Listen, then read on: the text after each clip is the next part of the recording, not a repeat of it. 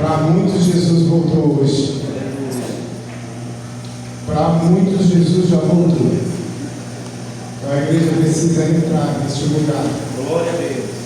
Onde o temor do Senhor é o princípio da sabedoria. E sabendo, Ele vai voltar. E eu pergunto, quando Ele vai voltar para mim e para você? Então que nós estejamos pensativos, lembrando que Jesus está voltando. Amém? Eu gostaria de chamar aqui na frente o mestre, o pastor Devanir Manzoli. Por favor, pastor. Vem aqui também, Janila, vou apresentar vocês.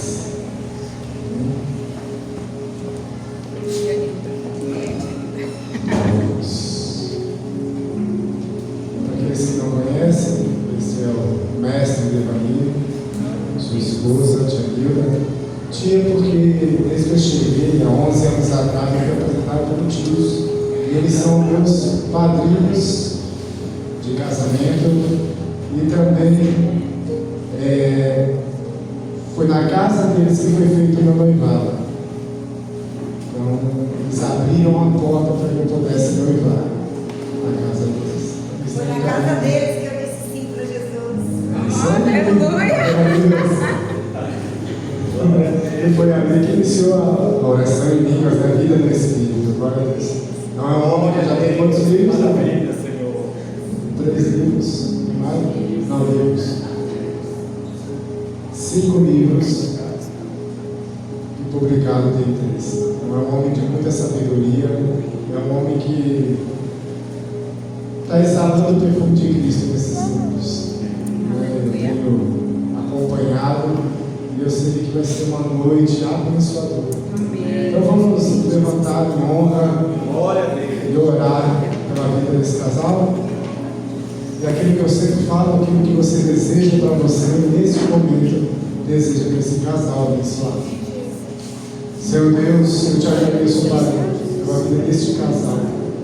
Um casal que já é abençoado, Pai, tem escolhido, Senhor, viver na tua presença. Pai, obrigado, Senhor Jesus, o Senhor é conhecedor do coração deles.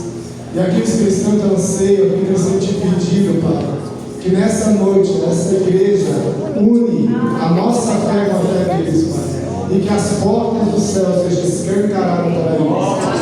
Obrigado, Pai, pelos chamados de evidência, Pai. Obrigado, Pai, pelo mestre Devanir, Pai, por este homem, Pai, pela sabedoria dele, Pai. Usa ele conforme a tua vontade, teu querido, Pai. Faça a tua vontade através da vida dele. Obrigado, Senhor Jesus, por esse vaso valoroso, Pai. Esse vaso cheio que derramará em muitas vidas e em muitas nações. Obrigado pela esposa, por Anilda, Pai. Pai, que ela continue sendo essa mulher que edifica a casa. Essa mulher sábia que edifica a casa. Obrigado, Pai, pelo temor do Senhor sobre o coração deles. E faça o que te apraz, em nome do Senhor Jesus. Amém? Glória a Deus, aleluia.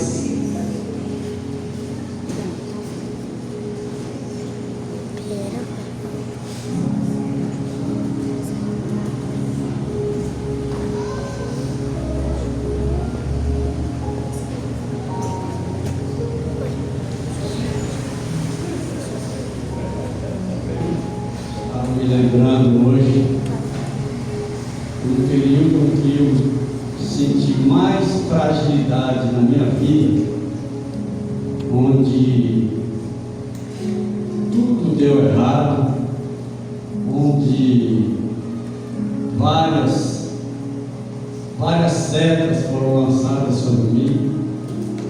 Nesse período que eu estava muito fragilizado, eu comecei a escrever um livro chamado Embaixador do Reino dos Céus. Esse livro nasceu em 2015, aquele período onde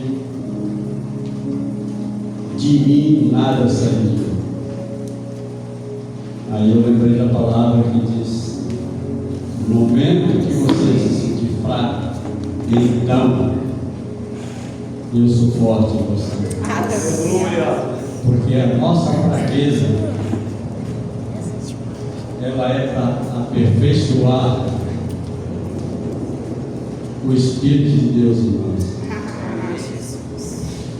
Quando eu escrevi esse livro, eu entendi o que é que nós estamos fazendo na terra. Nós somos embaixadores do céu na terra e devemos viver como tal. Nós, muitas das vezes, nos apresentamos diante do mundo como mendigos, mas nós somos embaixadores do reino de Deus na terra. E estes embaixadores, muitos deles ignoram as funções dos embaixadores. Muitos deles não têm noção do que significa ser embaixador. O embaixador, ele representa a sua pátria, a pátria celestial de onde ele veio.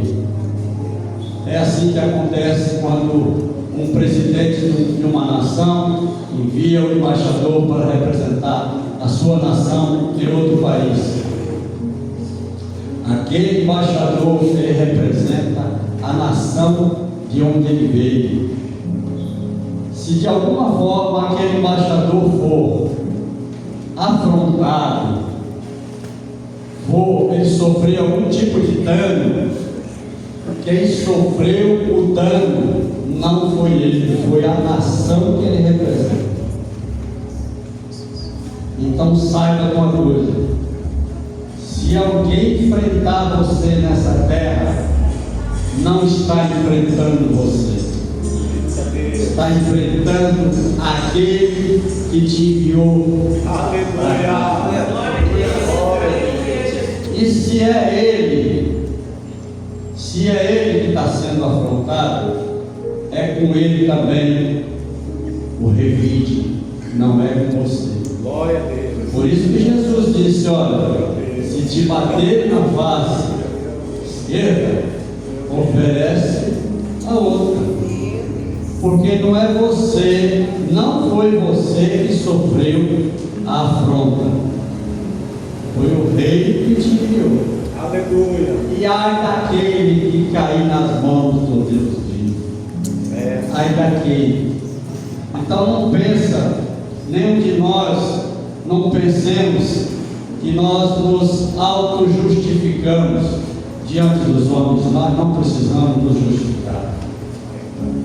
Nós só temos que ter uma postura diante dos homens, a postura de fazer com que Cristo em nós apareça. Glória a Deus.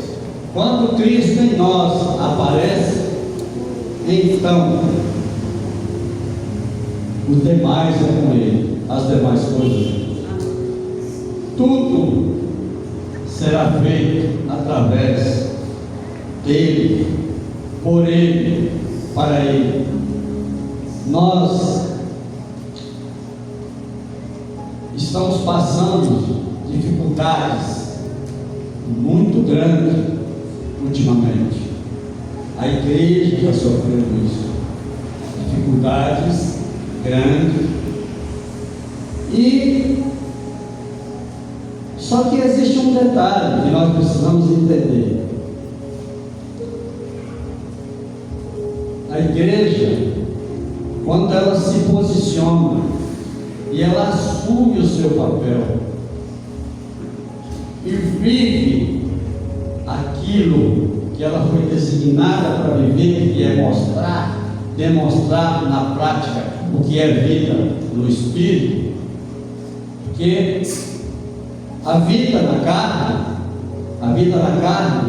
ela é natural, nós não precisamos fazer nada, que ela é atraída naturalmente.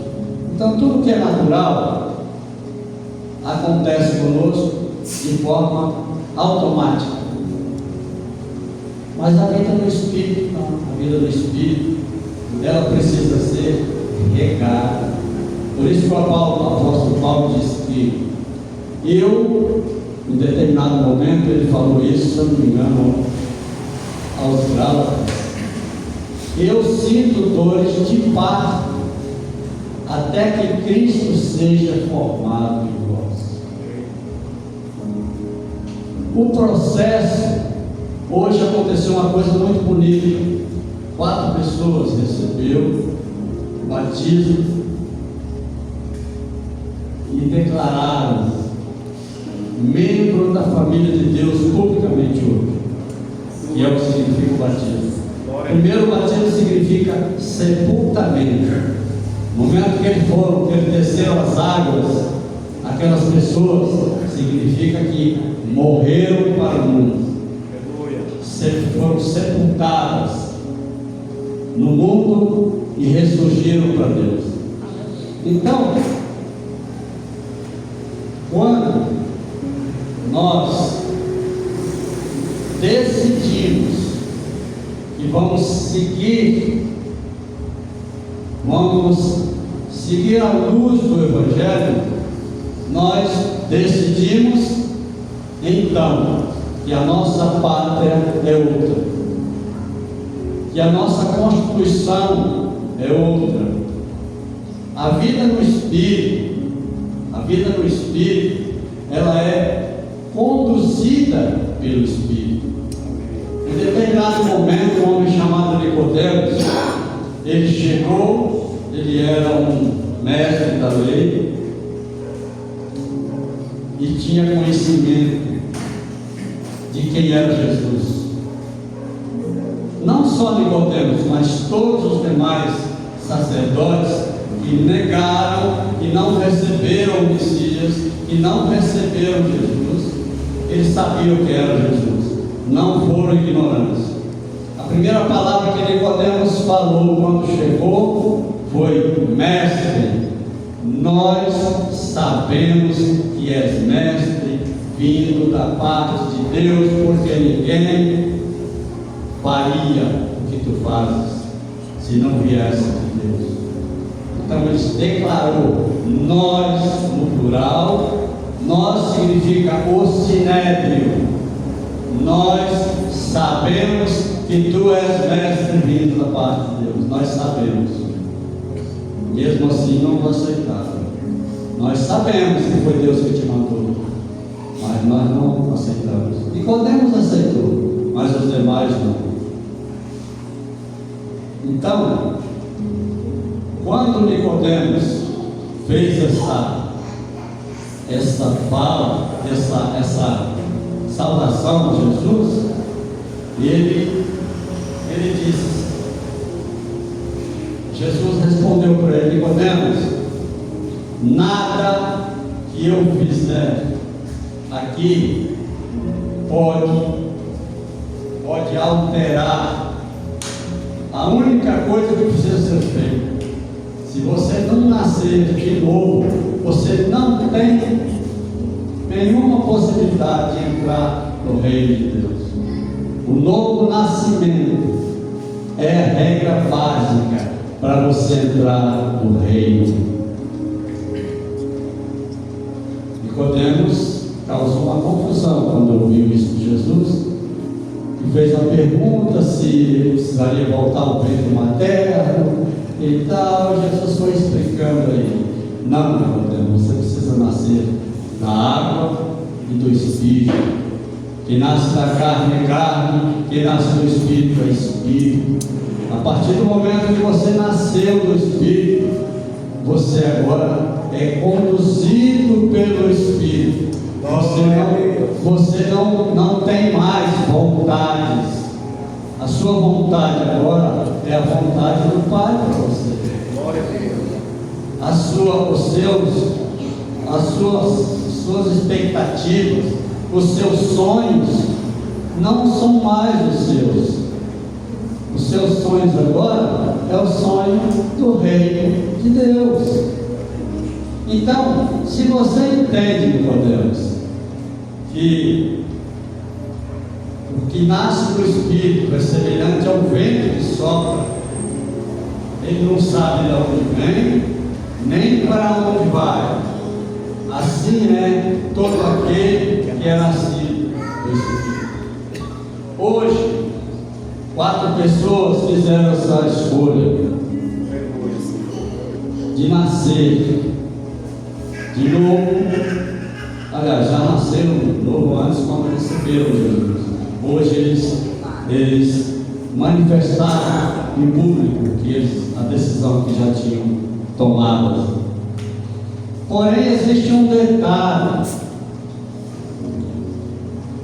o novo nascimento, o batismo,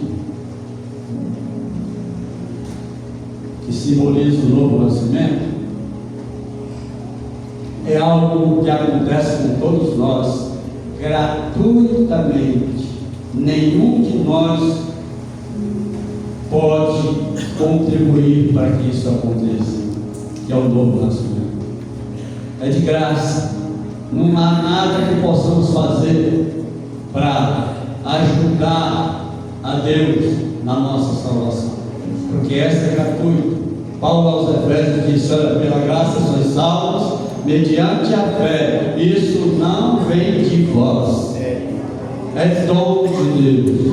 Não vem de obras, não vem de obras, nada. Ainda que você distribua cesta básica todos os meses, ainda que você tire a sua roupa do seu corpo e dê para uma pessoa que está sem roupa e fica só de roupa íntima, nada disso soma para a sua salvação. Não quer dizer nada, porque nada podemos fazer para ser salvo. A salvação é gratuita, é de graça. Glória a Deus, aleluia, Jesus. Agora, salvação, coisa,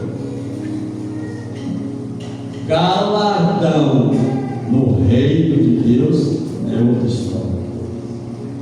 Esse aí custa caro. Jesus falou: olha, aliás, Jesus não, Salomão fala em Provérbios: compra a sabedoria, com tudo que possuís, adquire o entendimento. Com tudo que possuís, ele está dizendo que não é de graça. Tudo que você possui, suas posses, todo o seu patrimônio, ele está dizendo: com tudo que possuís, adquire o entendimento. Busca a sabedoria. Glória a Deus. A sabedoria, ela custa caro. Nós queremos a salvação, tudo bem, a salvação é gratuita, mas para entrar no reino de Deus e ser reconhecido no reino de Deus, tipo aquele que vai receber a salvação: vinde bendito do meu Pai. Uma coisa é você entrar no reino e gozar eternamente com Jesus, estar lá com Ele. Outra coisa é você receber essa salvação de Jesus: vinde bendito do meu Pai, sentar à minha direita. Assumir aqui o que está preparado para vós desde antes da fundação do mundo. Vem governar comigo as nações. Venha receber a coroa da justiça, aquela coroa que o apóstolo Paulo disse: combati o bom combate, completei a carreira, guardei a fé. Agora me resta a coroa da justiça, aonde eu estarei eternamente com aquele que me conquistou, Glória a Deus, que pagou com preço de sangue a minha vida. Se nós entendêssemos a grandeza da salvação, a grandeza do reino de Deus, nós estaríamos buscando 24 horas por dia algo que pudesse tirar o sorriso do rosto de Jesus. 24 horas por dia nós estaríamos empenhados em fazer a vontade dele, porque é muito grandioso. A palavra fala que são ruas de ouro. A cidade celestial, ela tem 2.200 quilômetros de comprimento, 2.200 quilômetros de largura, 2.200 quilômetros de altura. Essa é a nova Jerusalém que descerá ao céu. Glória a Deus. 2.200 quilômetros. Esse tempo atrás eu estava meditando e uma pessoa fez um cálculo. Por quantas pessoas caberia numa cidade desse tamanho? Aí ele fez um cálculo e se caberia 108 bilhões de pessoas só nessa cidade. Se fosse ocupar a cidade da Nova Jerusalém, se caberia 108 bilhões de pessoas. O planeta Terra hoje tem 8 bilhões de pessoas. É claro que é uma forma simbólica de expressar o volume de pessoas que caberiam na cidade celestial.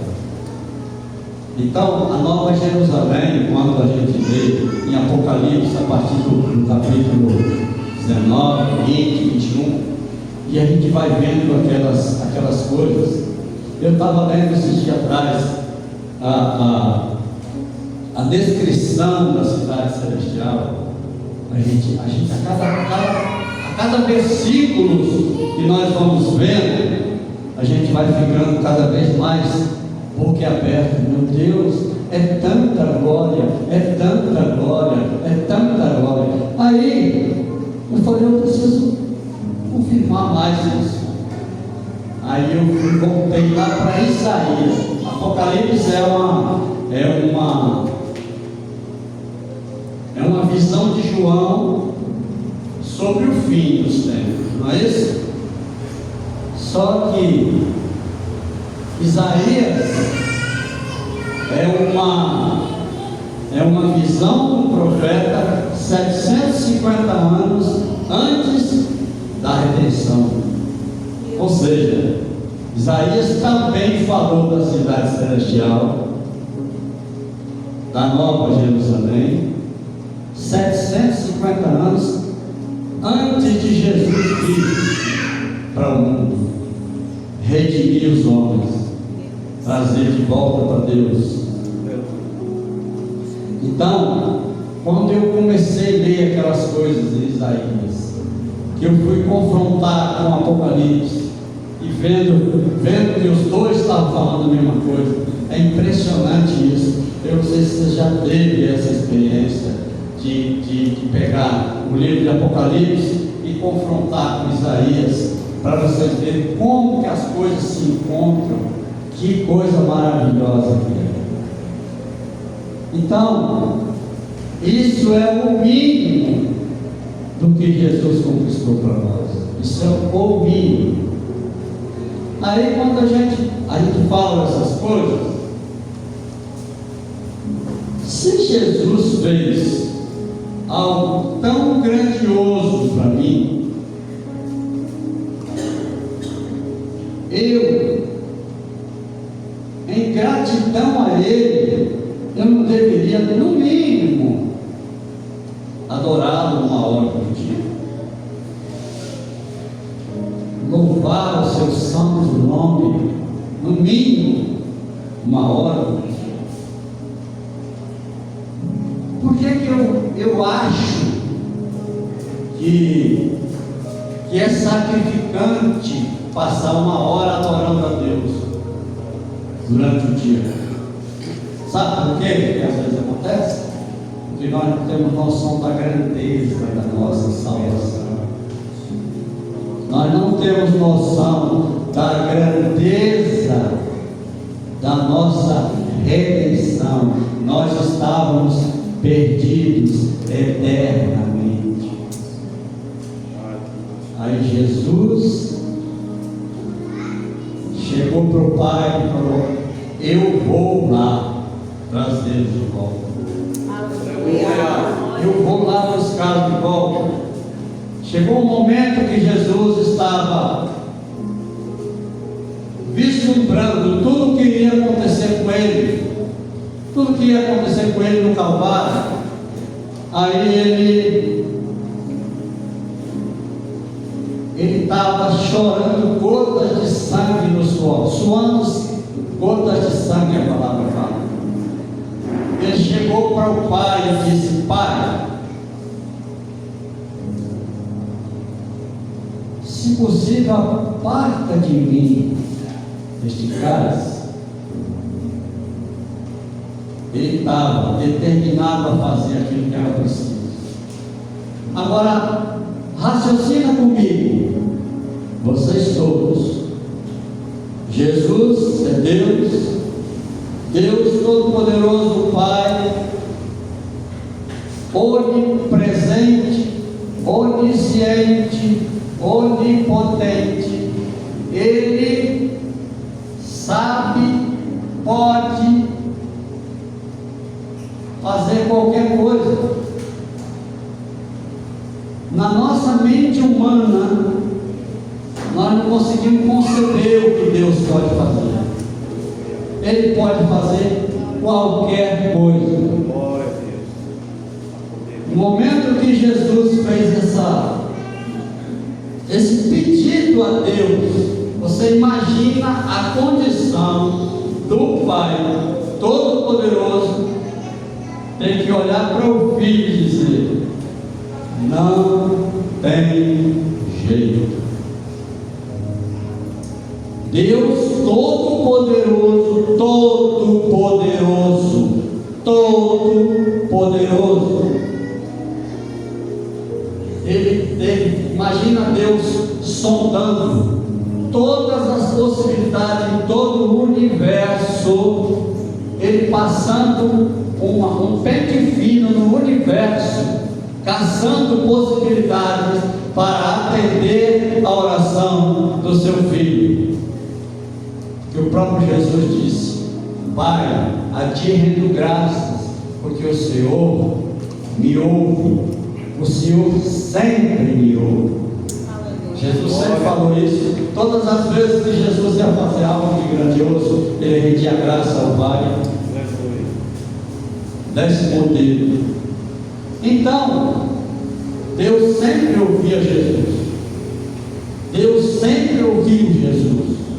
Então, no momento que Jesus fez esse pedido ao Pai, o Pai, imagina você comigo, o Pai sondando todo o universo, todos os tempos, toda a criação, tudo que Ele fez, tudo que Ele poderia fazer, todas as possibilidades que ele pensou, que ele analisou, e ele olhou para tudo aquilo e disse: não tem jeito, você precisa concluir aquilo que nós conversamos. Deus sabia, quando o homem caiu, ele sabia que iria precisar trazer o homem de volta com um preço tão alto. Sabia, mas ele sabia também que ele não existiria outra forma. Quando ele decidiu, e Jesus disse: ok, Pai, então eu vou fazer o que é preciso. Em outro momento, quando Jesus já estava no Calvário, quando ele já tinha sido crucificado, ele passou pelo pior de todas as situações. Jesus foi humilhado, foi cuspido na cara, foi esvaziado de toda sua glória, de todo o seu poder, voluntariamente. Ninguém fez isso com ele de forma imposta. Ele se deixou levar. Nesse momento que Jesus estava praticamente rendendo o Espírito para voltar para Deus, voltar para o Pai, ele fez um lamento. Ele fez um lamento. Ele disse: meu Pai, por que o Senhor me abandonou? Deus abandonou Jesus? Você já parou para pensar nisso? Já parou para pensar nisso? Deus abandonou Jesus. Em determinado momento, Deus abandonou Jesus. Aquele que tudo pode, aquele que tudo sabe, aquele que é Senhor de todas as coisas, também não podia ficar de frente com o pecado. Só tem um jeito de Deus tirar os olhos de você: quando o pecado aparece mais em você do que você mesmo. Meu Deus. Só tem uma forma de ele tirar os olhos de você: no momento que o seu pecado se torna maior do que a sua pessoa. Quando Deus tirou os olhos de Jesus e virou de costa para ele, porque naquele momento Jesus estava recebendo todo o pecado do mundo e ele não poderia ficar frente a frente com o pecado. Então ele virou as costas. Aquele foi o momento mais difícil para Jesus, o momento que ele foi crucificado, foi humilhado, foi cuspido, foi feito de lixo perante a sociedade. Aquilo não foi nada para Jesus. Mas na hora que Deus se separou dele, e teve um momento que Deus se separou de Jesus, essa foi o pior momento que Jesus passou. Agora, por que eu dei esse exemplo para você? Porque eu quero te falar outra coisa. A separação de Deus para aquele que é nascido de novo é insuportável. É impossível suportar a separação de Deus. Jesus falou que é como o verme que nunca morre, é como o fogo que nunca se apaga. Sabe o que é isso? Espírito separado do Espírito. Aleluia. Espírito separado do Espírito é como se você tivesse com uma sacola de plástico na cabeça, tentando respirar e não conseguindo respirar. Se você fizer isso, você vai ter uma sensação horrível. Se você permanecer, o seu corpo vai desfalecer, você vai desmaiar ou vai morrer. É assim ou não é? Você imagina essa sensação de não conseguir respirar, uma sacola na cabeça. Imagina essa sensação eternamente. Imagina, você pode imaginar um fósforo queimando a ponta do dedo. Você sabe o sentimento, a dor que é, não sabe? Imagina aquela dor do fósforo em todo o seu corpo, durando eternamente. Esse exemplo não é para fazer medo nas pessoas. Esse é apenas para fazer as pessoas entenderem o que é morte eterna. Porque para nós, não pense que no dia que levarem, tiver 4 pessoas carregando você para o cemitério, não pense que é morte não, porque aqui, para nós, essa morte não existe mais. Sabia que essa morte não existe mais para nós? Que muitos de nós nem vai ver ela, não vai nem saber que morreu, porque é isso que acontece. A morte, essa morte do corpo físico, essa morte para nós não representa nada. Jesus disse que Deus não é Deus de mortos, Ele é Deus de vivos. Aleluia. No momento que Lázaro foi ressuscitado por Jesus, ele fez um comentário com Maria, irmã de Lázaro. Ele disse: Maria, o que é que eu disse para você? O Senhor disse que ele há de ressurgir e um dia ele há de ressuscitar. Aquele que vive e crê em mim, ainda que esteja morto, viverá. Aleluia.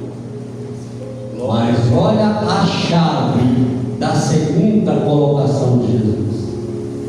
A primeira, aquele que vive e crê em mim, ainda que esteja morto, viverá.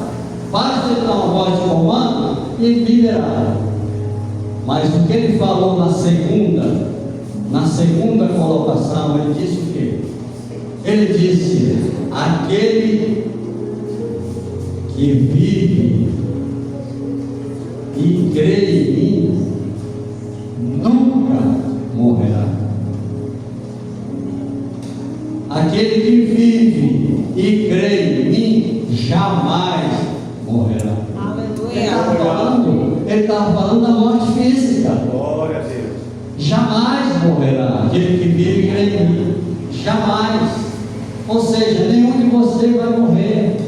Ainda que você seja levado para o cemitério, você não vai morrer, porque a Bíblia não fala de morte física, a Bíblia fala de morte eterna, separação de Deus. A segunda morte é essa morte que eu devo temer e que você deve temer. Porque a segunda morte é a morte do espírito separado de Deus. O espírito, quando ele é separado de Deus, ele vive numa condição insuportável. Insuportável. Porque uma coisa é certa: se eu for para a glória, no momento que Deus me chamar da terra, eu tenho vida eterna. Mas se eu não for para a glória, a minha alma vai viver eternamente também. Aonde? Imagina você. Não pense que a eternidade ela é apenas para aquele que foi para a glória e vai reinar com Cristo por toda a eternidade. Aquele que não for também vai ter vida eterna. Só que não é vida, é morte eterna. Então, quando a gente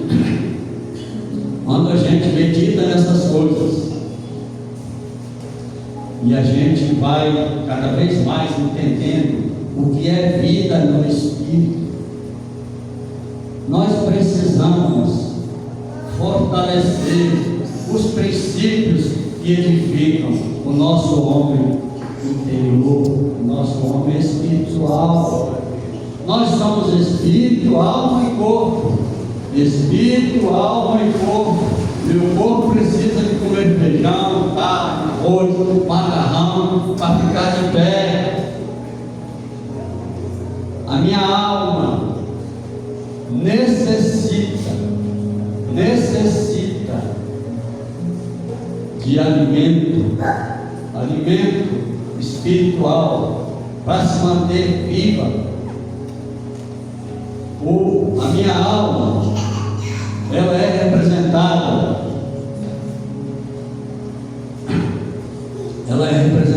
as minhas emoções, a minha vontade, meus desejos, todos esses sentimentos estão na minha alma. A minha alma pode ser fortalecida, porém dominada pelo meu espírito, que é o ideal, a gente manter a nossa alma sempre fortalecida, mas fortalecida com o domínio do espírito. Nós precisamos fazer com a nossa alma o que o Davi fez. O profeta Davi, o rei Davi, ele pegava a alma dele, botava uma cadeira na frente dele e falava: senta aqui, minha alma, eu vou falar com você agora. Ó minha alma, bendize minha alma ao Senhor, não te esqueça nem um só dos seus feitos. É Ele quem sara as suas enfermidades. É Ele quem te coroa de graça e de misericórdia. É Ele quem redime você do inferno. É minha alma, não se esqueça. Eu diria para você, eu até sugiro que você leia o Salmo 103. Ele dá um relato maravilhoso que Davi faz com a sua alma. Ele pega a sua alma e ministra para a alma dele. Fala: minha alma, se você quiser viver, estes são os princípios. Agora, minha alma, se você quiser fazer o que você quiser, eu vou te deixar uma semana com fome, que é o que nós podemos fazer com a nossa alma.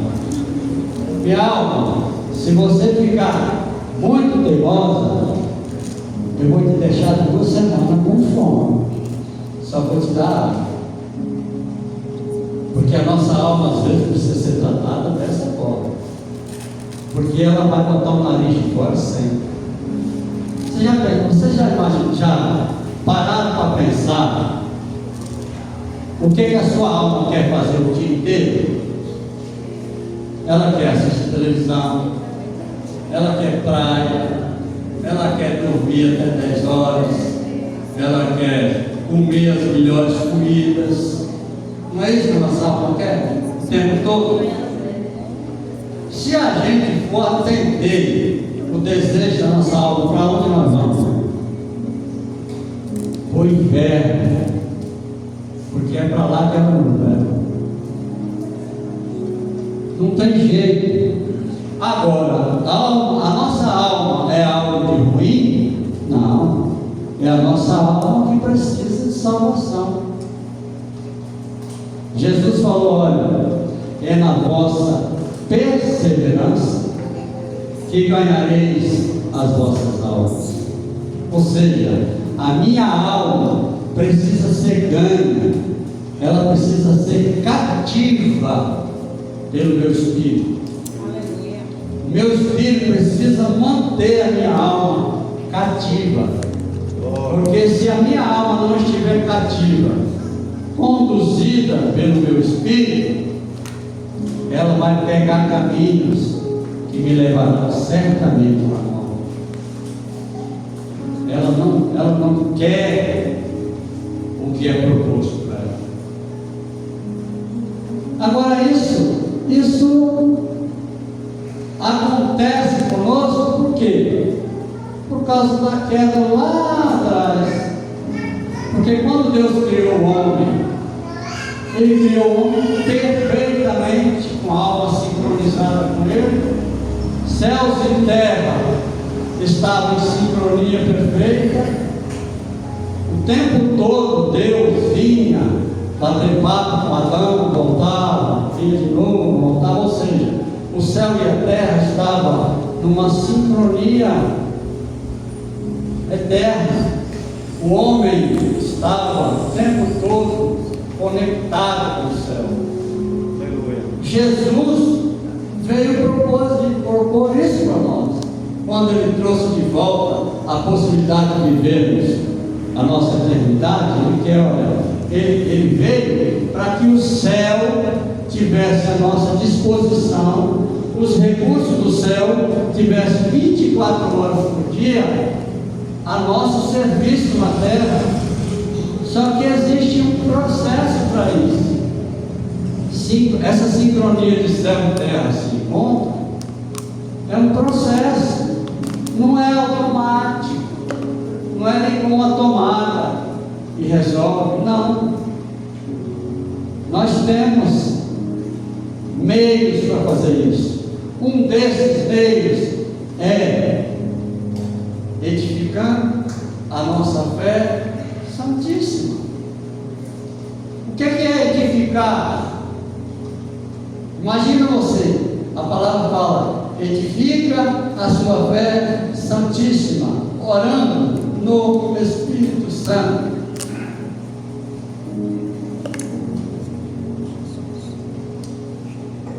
Edificar é o mesmo que construir. Imagina um prédio sendo edificado, da fundação até o último andar.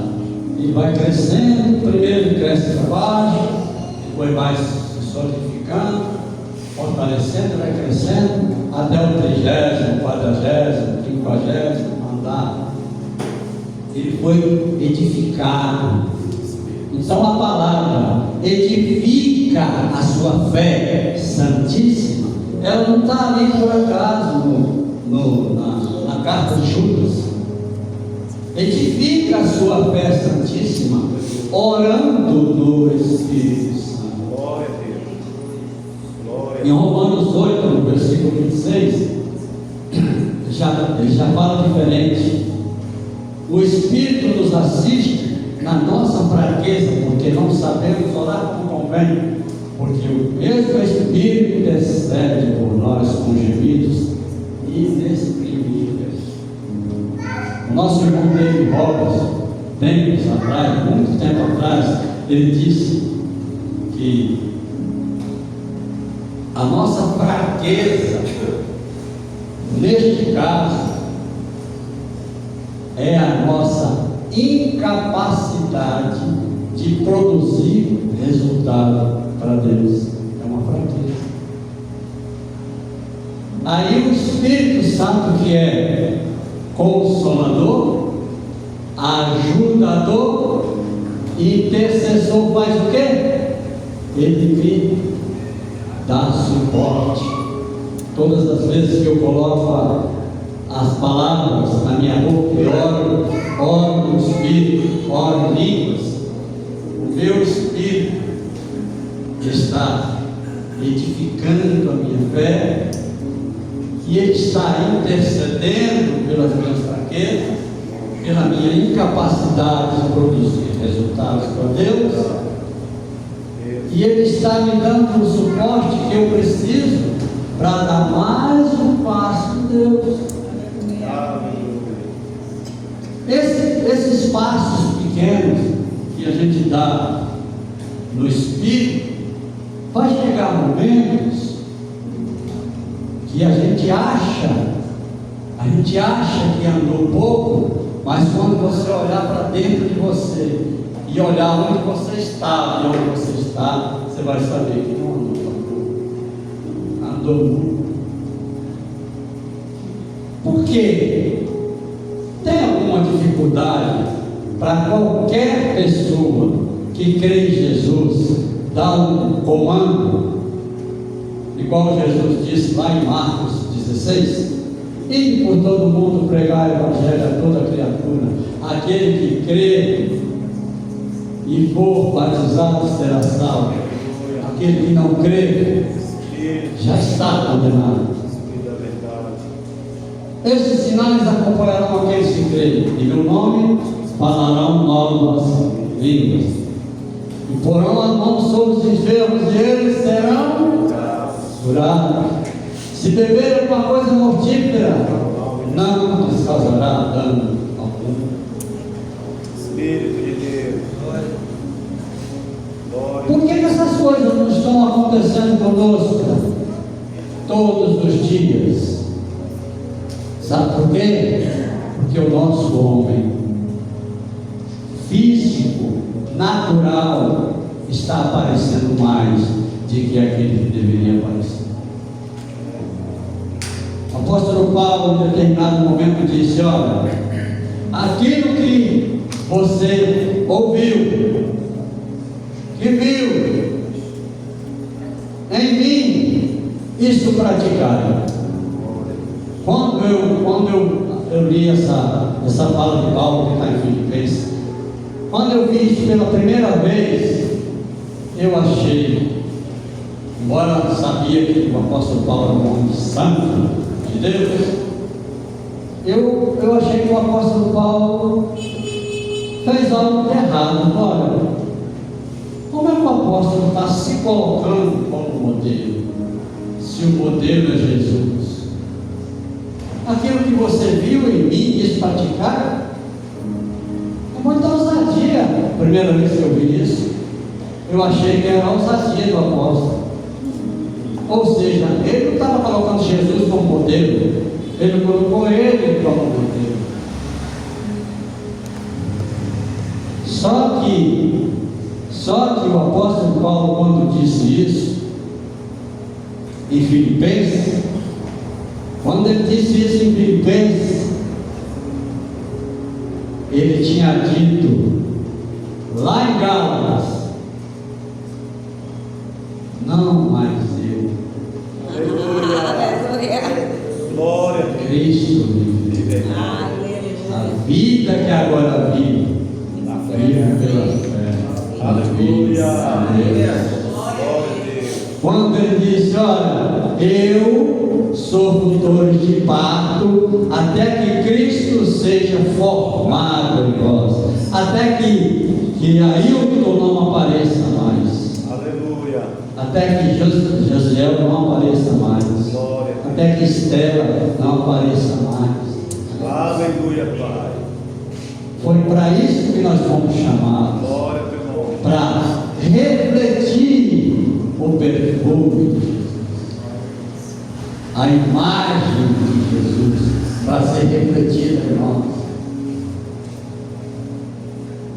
É isso que Deus e Jesus está esperando de nós.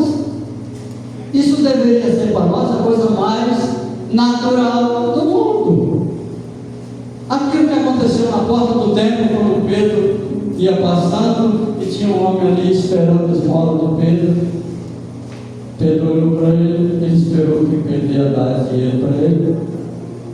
Ele falou: não possuo ouro e prata, mas o que eu possuo, que é Cristo em mim, esperança da glória, eu te dou. Levanta e anda.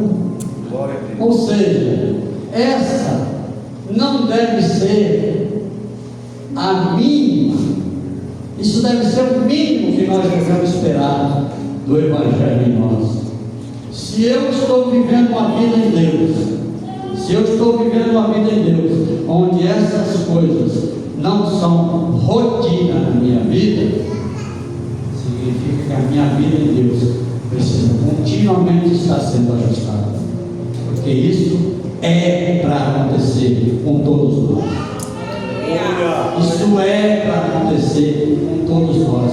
Isso não aconteceu lá no período da igreja primitiva, lá no começo, onde os heróis da fé viviam.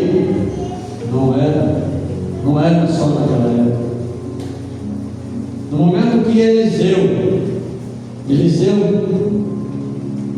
chegou para o servo dele e disse: olha, não se preocupa, está vindo um exército contra Eliseu e seu servo para prender. Aí Eliseu disse para o servo dele: não se preocupa, porque os que estão conosco são em maior número. Aí o servo de Eliseu, que não via no Espírito, que não andava no Espírito, que não tinha vida na presença de Deus, o servo dele olhou para os 4 lados e só estavam eles dois. Aí Eliseu fez um pedido. Ou seja, o pedido que Eliseu fez para o servo, para que os olhos do servo fossem abertos, aquele pedido para Eliseu já era uma contínua verdade.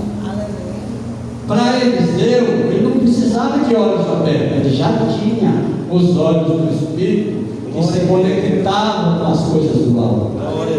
O socorro do alto com Eliseu estava presente 24 horas.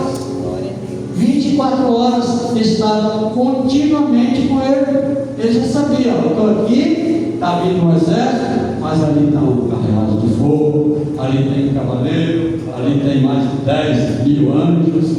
Ele estava vendo isso o tempo todo. Aleluia! Então ele disse: Pai, Senhor, abra-lhe os olhos. Os olhos do Espírito do servo de Eliseu foram abertos e ele viu carros de fogo, cavaleiros, milhares, aos milhares, estavam ali pronto, à disposição para batalhar a batalha dele. Nós não fomos chamados para viver uma vida natural. Você foi natural até o dia que você levantou seus braços e falou: Senhor, eis-me aqui, toma minha vida, é sua. A partir daquele momento você deixou de ser natural. Você pode ser chamado de louco a qualquer momento por almejar essas coisas que eu estou te falando. Você pode ser chamado de louco. Você pode ser chamado de louco, mas nós não devemos esperar nada menos que isso. Nós precisamos ter expectativa. Todas as vezes que eu faço um pedido ao Deus, que eu clamo ao Espírito Santo por algo que eu necessito, que eu preciso, ajuda ou qualquer coisa, ou qualquer oração, eu preciso ter expectativa que aquele pedido vai ser atendido. Glória a Jesus disse: todo que pede recebe. Aleluia. Todo que bate a porta se abrirá. Ele não disse: nós temos, no dia que você estiver assim bem espiritual e você bater na porta, eu vou te atender. Ele não falou isso, ele disse: todo aquele que bater recebe, a porta se abrirá. É todo. Então, se a minha vida e a sua vida não está causando esse impacto no mundo, eu preciso continuar a mergulhar. Glória a Deus. Eu preciso continuar a mergulhar. Eu não posso levantar deste mergulho enquanto esta verdade não estiver estabelecida na minha vida. Glória a Deus. Porque foi para isso a criação aguarda com grande expectativa a manifestação do Espírito de Deus. Aleluia. Você é filho? Levanta o braço quem é filho. Você é filho? O mundo aguarda com grande expectativa a sua manifestação. O mundo aguarda com grande expectativa a sua, a minha manifestação. Aleluia. Nós precisamos nos manifestar ao mundo como herdeiros de Deus e co-herdeiros em Cristo. Glória a Deus. Nós necessitamos. Jesus precisa disso, porque Ele hoje tem você e a mim para fazer por Ele. O papel que Ele tinha que fazer, Ele fez. Ele veio, ficou, fez o processo todo, concluiu 100% da obra, não falta nada, está consumado, ele mesmo disse, está consumado, está feito, está concluído, está terminado. Não tem, nós não temos. Você sabia que não tem obra de Deus nenhuma para não fazer aqui? Sabia disso? Não temos obra de Deus para fazer. Agora nós temos que manifestar a obra de Deus através da nossa vida. Aleluia. Nós precisamos manifestar as obras de Deus. Aleluia. Salmo 90, versículo 16, vai mostrar para você a grandiosíssima diferença entre ser um filho de Deus pronto para manifestar ou aquele que só está querendo saber das obras. Salmo 90, vamos ler rapidinho, viu?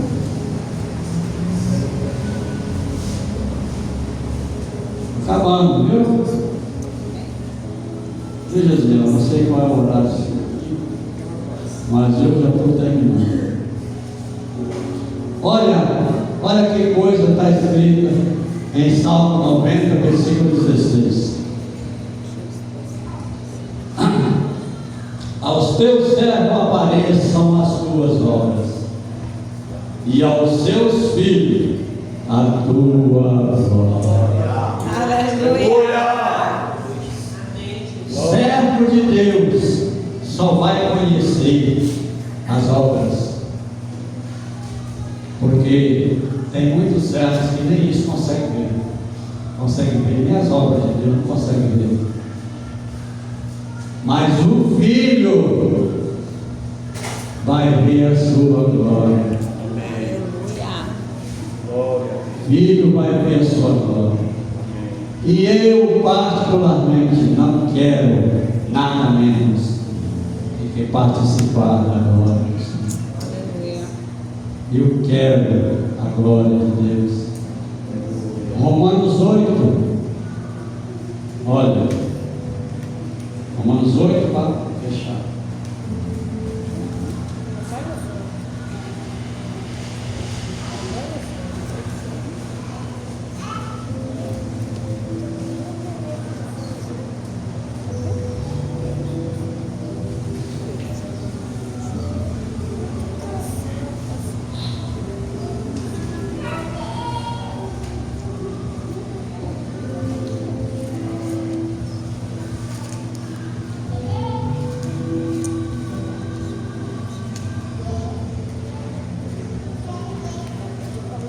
Romanos 8,14.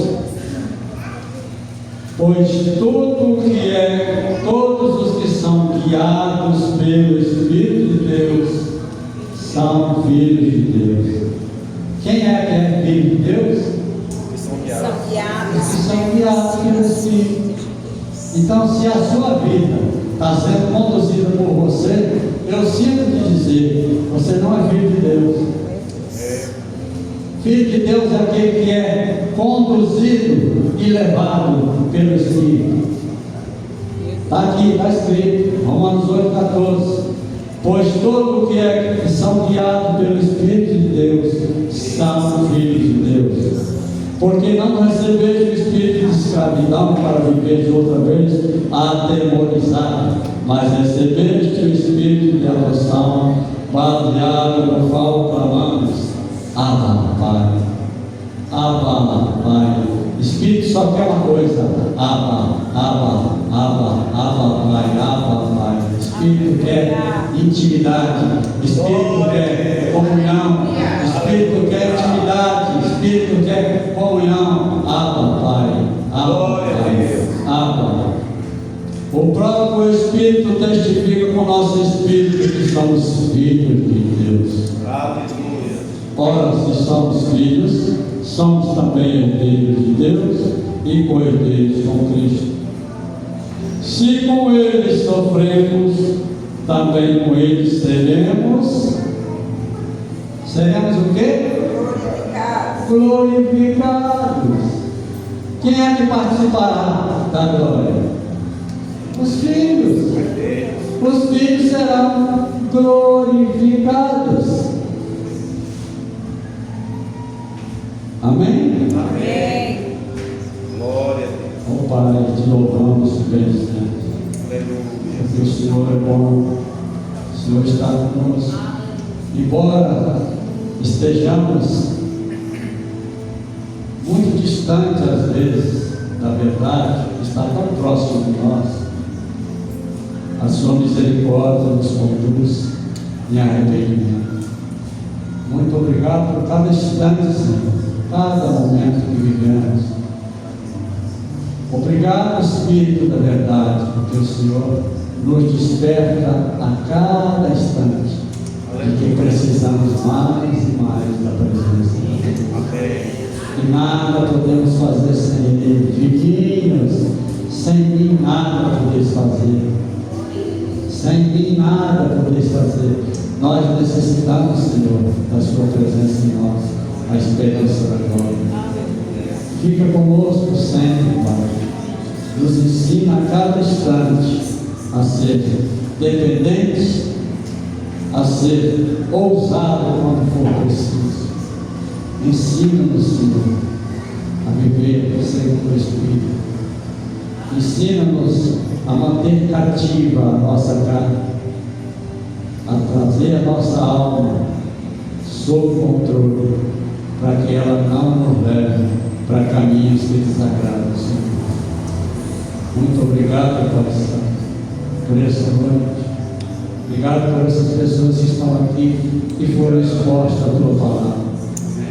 Te louvo e te agradeço, Pai, porque o Senhor é bom, sempre nos ouve, nunca nos desampara. Obrigado pelas Tuas misericórdias que se renovaram nesta manhã.